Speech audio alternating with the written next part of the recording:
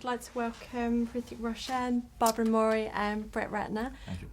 Guys, we're here to talk about Kites. Well, Kites the remix today, actually. You are in the unique position of kind of opening two, well, flip side of the same movie within a week of each other. Can you talk to me a little bit about Kites and how the remix evolved and how you guys all kind of enjoyed the process of this unique venture? Well, believe me, nothing was manipulated or calculated. You know, we could have never imagined when we started off with Kites that it would end up, you know, with us sitting in LA with Brett Ratner, and you know, he'd be working on and saying, you know, let's take this off and let's do this with this, you know, and let's do that. He just took over the film. I think, you know, I believe that every creative work has its own destiny. You know, it just trickles down from the source, which is how honest you are with your film and the kind of attempt that you're making, and then it's like water, you know, it finds its own level. And that's, I think, what happened with Kites. He was just, you know, my father met him over, you know, in his house for a party, was it? Yeah. For dinner, yeah. Yeah. And invited him to watch See the Kites. movie. They just invited me to see the movie and said, you know, what do you think? I said, I love this movie. It's incredible. And he said, well, what would you do if you would release this in the movie in the United States? And I started rattling off all these ideas because I was just so taken by the movie. And he said, well, would you do this? What do you mean? He goes, well, would you go in and do what you said, the ideas? He goes, okay. And I loved the film. I just loved it. I thought it had so much heart, an incredible love story. It was so unique, so different than anything I'd ever seen. And I just said, of course, I would love to be a part of it. I'm not much of a snob, you know. I appreciate a good movie. I don't care where it's from. And so that was the thing, is that I was just taken by this and by their performance, the acting in the movie, and the whole film was just really impressive. And I'm happy. Look, I'm a small part of a bigger thing, and it's just, you know, I'm so happy to be a part of it.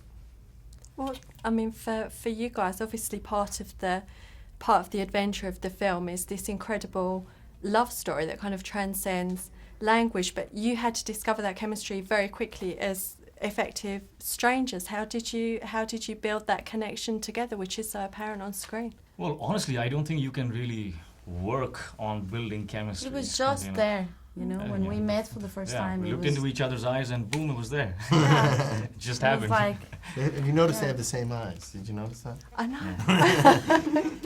I mean, that it must have been quite intimidating for you to kind of come upon what's effectively a family dynasty of filmmaking. Was that intimidating to be cast and to come into the production? more than that, I think it was really excited. I mean, I read the script and I fall in love with the story. I was looking for something so, you know, honest and true love and a beautiful story like this, you know. And when I read the script, it touched my heart, and that made me, you know, take the decision to make it.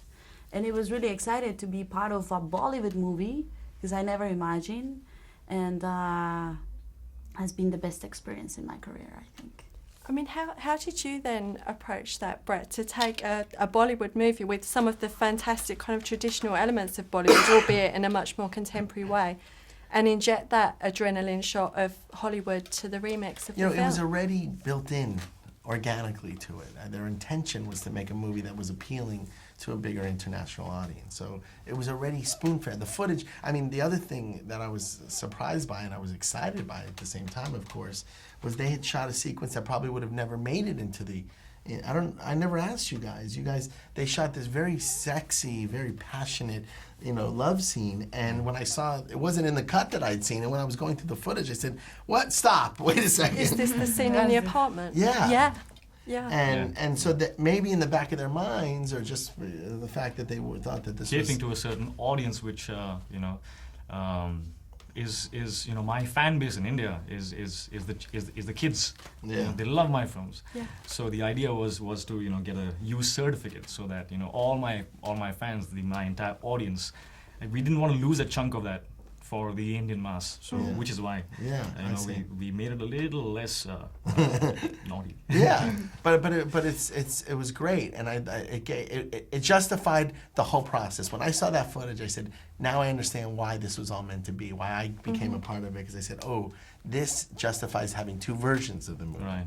That's what it was. It was like they have such great chemistry, and to not take it all the way, but it was honest. It was one of the most sensual, beautifully elegant scenes that I'd seen. It didn't feel exploitative. It didn't feel forced. It doesn't feel like we're trying to show off her body or anything. It was just natural, and it really was beautifully done. And I just thought, this has to go. But that's the attempt of the film, just to be absolutely honest with what we're doing, Yeah.